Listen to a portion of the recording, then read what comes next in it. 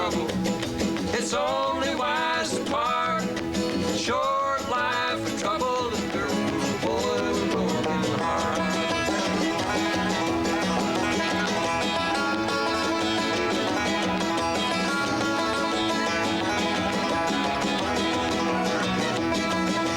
Now you've broken your promise. I'll marry whom you've made. This old world's so big and so wide, I'd ramble back someday. Well, a short life of trouble, it's only wise to part.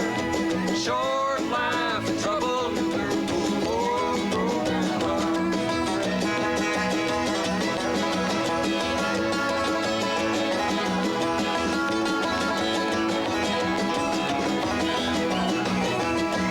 Well, a short life of trouble, it's only wise to part. Short life of trouble, poor broken heart.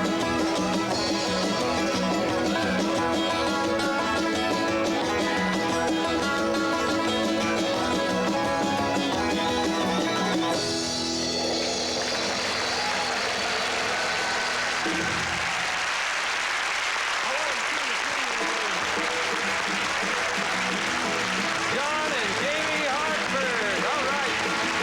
Wonderful. We'll be right back with the Smothers Brothers. You've suffered through all. Continue. Welcome back to the show. You know, I knew you were going to say that. Well, that's pretty obvious, you know. You could have guessed that. No, but I knew what you're going to say. What are you trying to tell me? Well, how long? I'm going to ask him a direct question. Okay. How long have we been working together? 3 decades. Seems more like 30 years to me. You're pretty close. And the point is that after 30 years of working with someone, you can actually read their mind. You know what they're thinking, and we know each other so well, I could actually read your mind. And to prove this, I don't think I have a deck of cards here. You're trying to say you're psychic and all this kind of stuff? Well, not psychic, but when you work with someone as long as I've worked with you. You're trying to call me predictable, or you can read my mind? You're predictable a little bit. I can read your mind. Okay. Here's a deck of cards. Let me see. Check it out. It's a normal, ordinary deck of cards. I say that. Okay, out of this deck of cards, without showing me, pick any card you want. Okay, don't look. I'm not gonna look. Okay, I won't look either. I'm just gonna... Okay. Hey, Tom. You got here. it picked? Yeah. Okay, memorize it. You done yet? I'm finished. I'm not. You have nothing to memorize. I have the card right up here. It's in my mind. I will tell you what that card is. Uh-huh. First off, you may show the audience they'll not look. Close your eyes. Okay.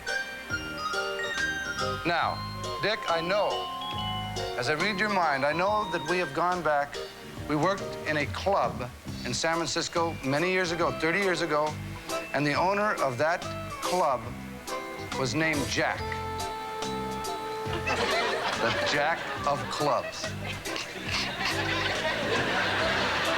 And at that club was a waitress who had a big heart. Beautiful waitress with a big heart. Okay, the card you're holding is the 3 of knockers. I mean, the 3 of hearts. Okay, wait a second. Not even close. 3 of knockers? Okay, give me another chance. I know he plays golf. I know he plays golf, and you've never... That's a club. You play it with a club, and you've never got a hole-in-one. The 1 of clubs. Let me think. Now, the point is, okay. Don't look at those cards. I would say, off the top, okay, when we were kids, this is the truth. When we were kids, you'll know how we were kids, we had a dog, and we wanted to get it spayed. But we spent the money, and we went out and bought a slinky. Yeah, I recall. So we couldn't get the dog spayed because we had spent the money on a slinky. So we spayed the dog ourselves. With the slinky. With the slinky. But it didn't work. It didn't work. It didn't work because the dog had 8 pups. So, it's the 8 of spades. No, Tom, this is ridiculous.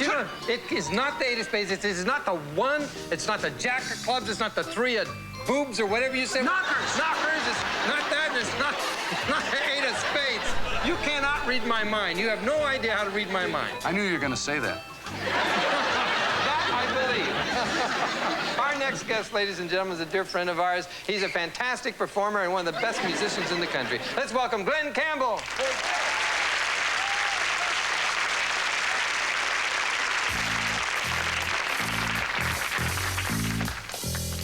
There was a tall oak tree that loved the babbling brook, and the babbling brook loved the mountains high, and the mountains high, they loved the sky above. You know, the Creator looked down, saw everything was love. Then he took a bone and a piece of mud. He made a man and a woman to be flesh and blood. But then along came the devil from up out of the ground. You know, he tempted woman and that spread sin all around. If she'd have left that apple on the apple tree, there'd be no tears and sorrow. We live eternally. Then along came man. He burnt the oak tree down. And now the babbling brook, Lord, it's solid ground. And the mountains high, they don't stand so high. Friends, and there's a cloud of smoke that covers up a clear blue sky. If she'd have left that apple on the apple tree, there'd be no tears and sorrow. We live eternally. Then along came man, turned the oak tree down. And now the babbling brook, Lord, it's solid ground. And the mountains high, well, they don't stand so high. And there's a cloud of smoke that covers up a clear blue sky. There was a tall oak tree that loved the babbling, and the babbling brook loved the mountains high, and the mountains high, they loved the sky above. Oh, the Creator looked down, he saw nothing but love. There was a tall oak tree, there was a tall oak tree, there was a tall oak tree.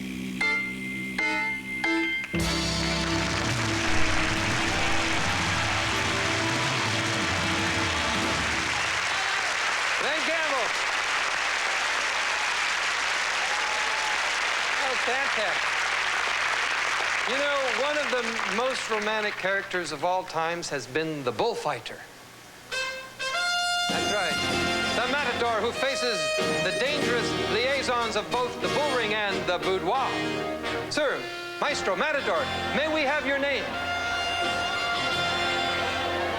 Sir, may we have your name? My name, Jose Jimenez.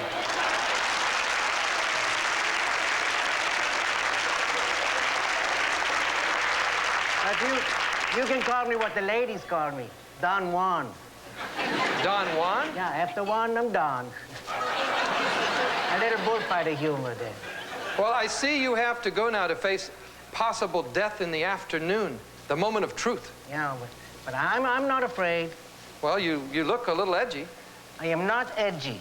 Well, you seem nervous. I am not nervous. Well, as a matter of fact, you look terrified. That's the word. Tell me, sir, in fighting bulls, what is your most important piece of equipment? In the fighting the bulls, the most important piece of equipment is the track shoe. Track shoes? Track shoe. Once I made it from the middle of the ring to the nearest exit in 9.5. Wow. That's wonderful. That must be a world's record. No, the bull made it in 9.4. Caught me right by the threshold. I understand that you raise your own bulls. Yes, I raise my own bulls on my ranch. The name of my ranch is the Bar 9, Circle Z. Rocking O, Flying W, Lazy R. Crazy 2, Happy 7, Bar 17, Parallelogram 4, Octagon 9, Ranch O. do you have a lot of bulls? No, not many survived the branding.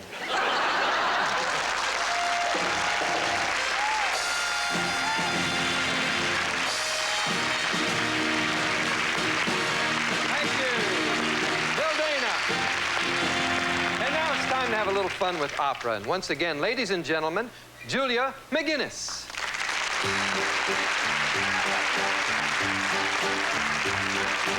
We are the opera phonies, epic ham and abalone. We're not operas, music scholars. We just like to scream and holler. We know high-tone education. We get by on inspiration, perspiration, derivation, imitation, cheap sensation. Figaro, Figaro, Figaro!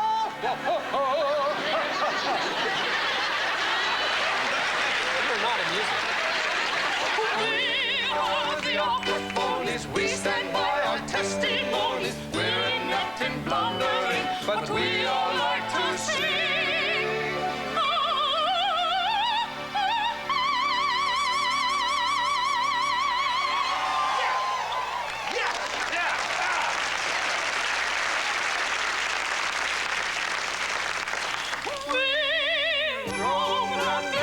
The sights are so pretty. Our guides are the ghost of Puccini and Verdi. We strike all the poses from grave to day.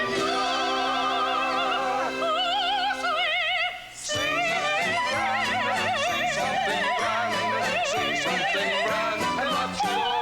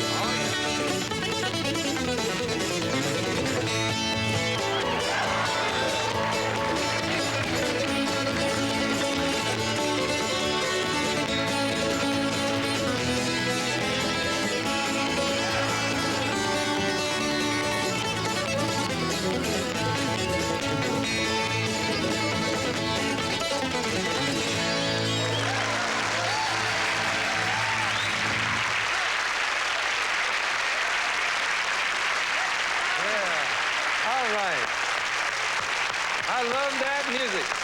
You know what time it is? It's time for the Yo-Yo Man. Yo-Yo Man, there he is. Hi, Yo-Yo Man. Let's see you get in the groove, Yo-Yo Man. Get down into a deep state of yo-ness. Let's see you do around the world. You know, around the world illustrates that basic philosophy of yo. We all know that. We're at one with the cosmos spinning around in the universe. Hey, Yo-Yo Man, let's see you do a little bit of shoot the moon.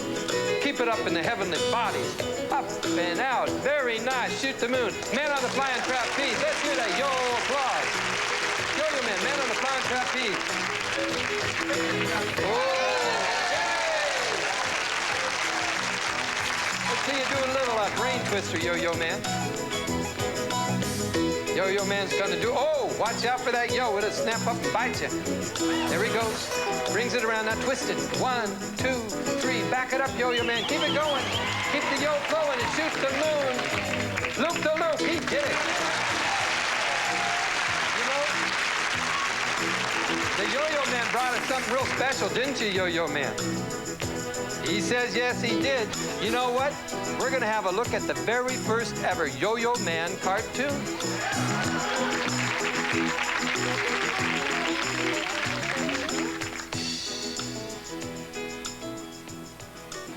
So much of the world today is sadly lacking in the joyful spirit of yo. It's become accepted that many may shuffle and stumble their way through life.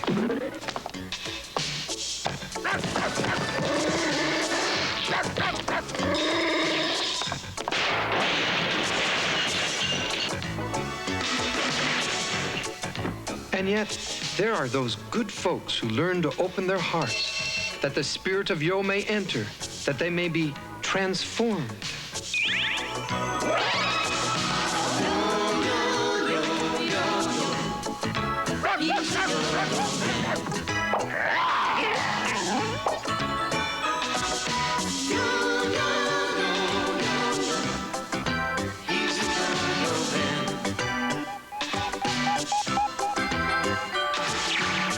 What words can describe being at one with the universe? The wonder, the exultation in reaching the state of yo. For it is truly written, he who has achieved the mystic state of yo shall know limitless possibilities. The sky will be bluer, the air will be cleaner, and the world will be just a little bit rounder.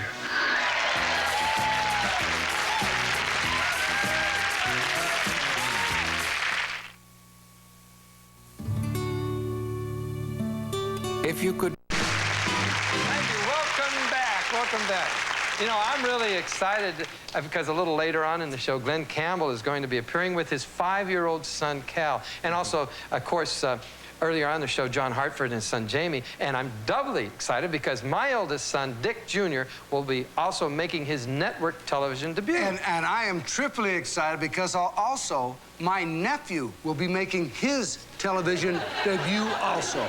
Tommy, your nephew and my son are the same person. Get out of here. Yeah, here.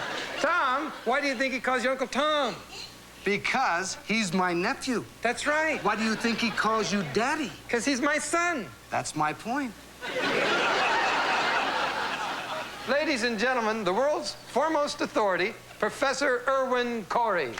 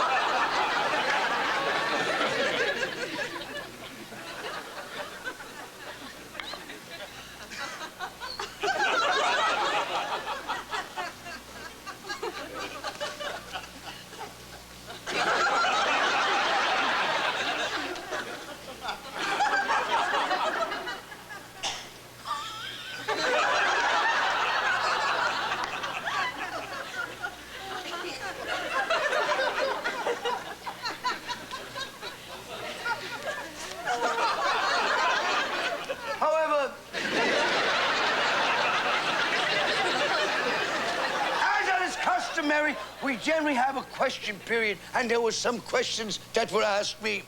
Here is a question. Professor, why do you wear tennis shoes?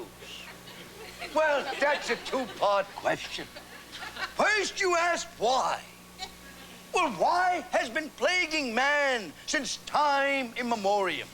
Statesmen, philosophers, educators, teachers, scientists have been asking the ultimate why. And in these few moments allocated me, it would be ludicrous on my part, for the sake of brevity, to delve into the ultimate why. Do I wear sneakers? Yes! And so I feel that we must appreciate not only understanding, but as Joachim Ben Zakkai once said, remember, wherever you go, there you are. Professor Corey.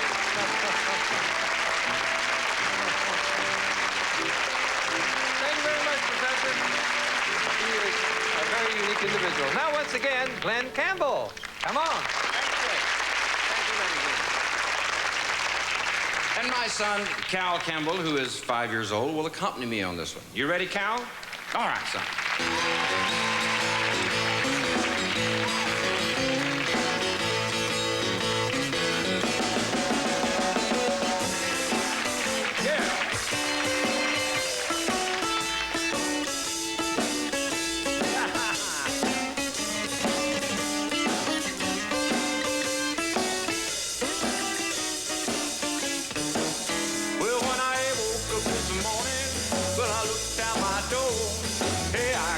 my milk cow. I can tell by the way she lows. So if you see my milk cow, please drive her on home.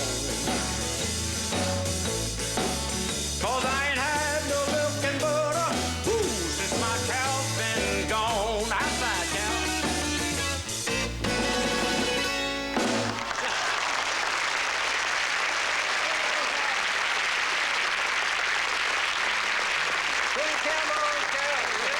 Thank you very much. You ought to be very proud of Cal. Oh, I am. He's a chip off the old block. He sure is. My son's a chip off the old block, too. You know, it's time for my son's network debut, and he's put together a little singing group, and I think they're really terrific. And the song they've picked to sing tonight is an old Cole Porter song, a real classic called Let's Misbehave. You know that one? That's great, man. I love to see the kids bring up the old standards and keep It's respecting keep the history of music. I think it's great. And I'm really honored they've requested me to start off the song with them. So if you join me, I'd love to kick it off. See? That's right. We're all alone, no chaperone can get our number. The world's in slumber. Let's misbehave.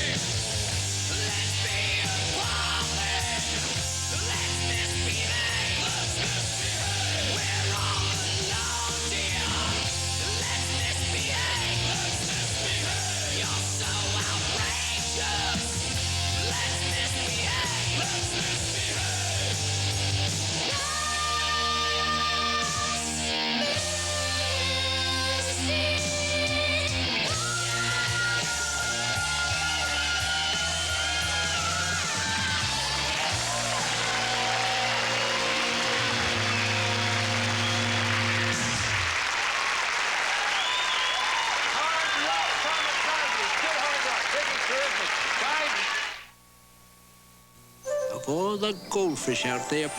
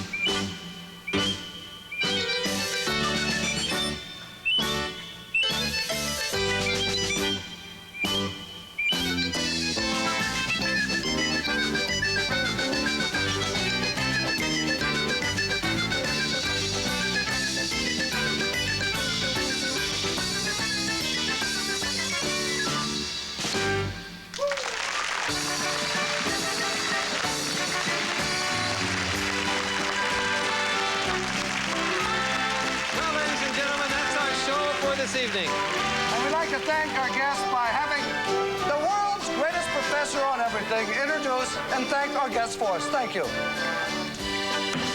Grand Duke of Guitar, Glenn Campbell. The Marquis of Matadors, Bill Dana. The Count of Climbing, Flatnose and his friend, Barney Odom. Baron of the Banjo, John Hartford. The Duchess of Diva, Julia McGinnis. Lord of the Losers, Pat Paulson. The Omen of Yachts, Richie Schneider and Ed Yeager. The heir apparent, Dick Smothers Jr. and a kamikaze. The Squire of the South, Jim Safford. And finally, King of String, Tommy Smothers. Emperor of the Tenor, Dick Smothers. Thank you and good night, everybody. Thank you. All well for tuning in. and well. There is. It ended. Goodbye. Also appearing on tonight's show was Cal Campbell and Jamie Hartford.